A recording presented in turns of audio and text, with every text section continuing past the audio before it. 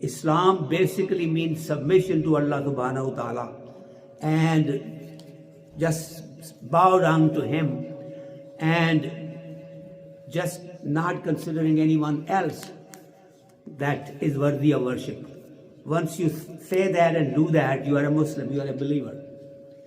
Depending on how much you internalize that particular message is how well you will behave in your life, and is how well you will be able to live your life according to the way you were created. None of us is created in vain. All of us have a purpose in life.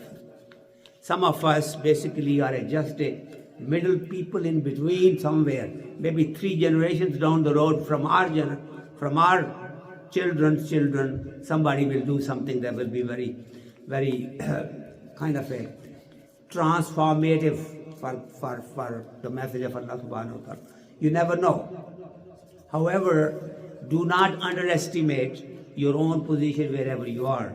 Whatever Allah subhanahu wa ta'ala has given you, whatever intelligence He has given you, whatever resources He has provided you, and whatever family structure and friend structure that He has given you, all of this is with a purpose. None of that is without any purpose. Try to recognize it, live up to your full potential, and always remember Allah subhanahu wa ta'ala is watching over you all the time. And after you have internalized that message and you try to really befriend Allah subhanahu wa ta'ala, and you are of a mature age, then Allah subhanahu wa ta'ala chooses from amongst those people those that will be able to serve His creation.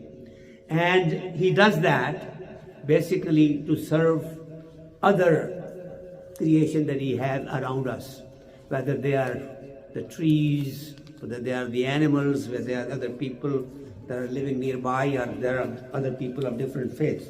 All of that is a grand design of Allah subhanahu wa ta'ala. All one has to do is remember that Allah subhanahu wa ta'ala, there is nobody else worthy of worship except Him. La ilaha illallah. Once you remember that, then you say, Iyyaka na'budu wa iyyaka nasta'in. Once you just do that and follow that and live your life by that, then you have really now gone on the right track. And if you persist, Allah subhanahu wa ta'ala then helps you. He cleanses your heart. He can brighten it. He can reflect His nur into it. And He can really shine the path that you walk on.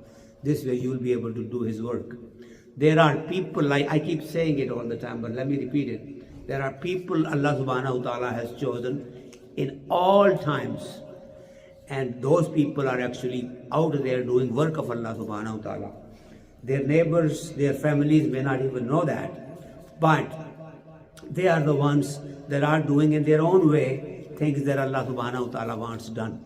And this is how this universe is going on. Can you imagine 50 years ago what this country looked like so far as Islam is concerned?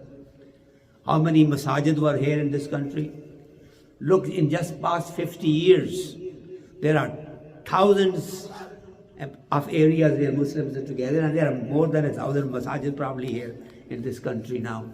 And this goes on and on and on. So all of this that is happening around, and the message of Allah subhanahu wa ta'ala is spreading across the globe, this basically is all designed by Him. And regardless of what people like and what they don't like, who says what, regardless of whatever we design, Allah's design is much bigger, much better, much wider, and much wiser.